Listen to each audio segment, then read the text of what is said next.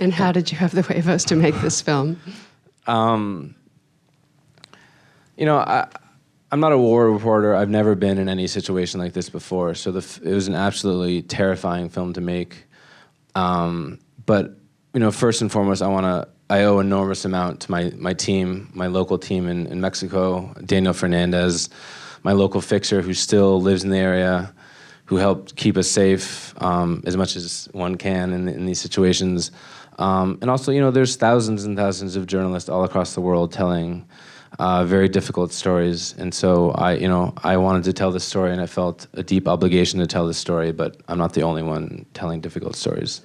But you haven't been trained as a war reporter. I thought it was interesting that you got the Tim Hetherington Award. That must have meant something to you. That meant the world to me. I mean, At Sheffield.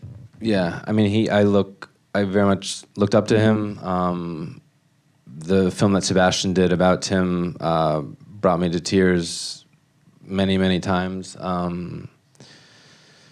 And Restrepo is an incredible standard to meet. Restrepo was a huge inspiration for me in making this film. The Square was a huge inspiration for me in making this film. You know, I really wanted to be embedded with a story and let that story evolve. Al Maisels once said, I heard him speak once, and you know, he's also a mentor of mine, and you know, he said, if you end up with a story you started with, then you weren't listening along the way. And I think that's good advice for life. I think it's good advice for filmmaking as well, and it's something that I try to sort of listen to every single day, is let the story evolve, let the characters evolve. You know, I really didn't want to put Naylor or the Doctor or the movements in these nice, neat little boxes. You're complex, I'm complex, they're complex. You know, I want to revel in the complexity of humanity.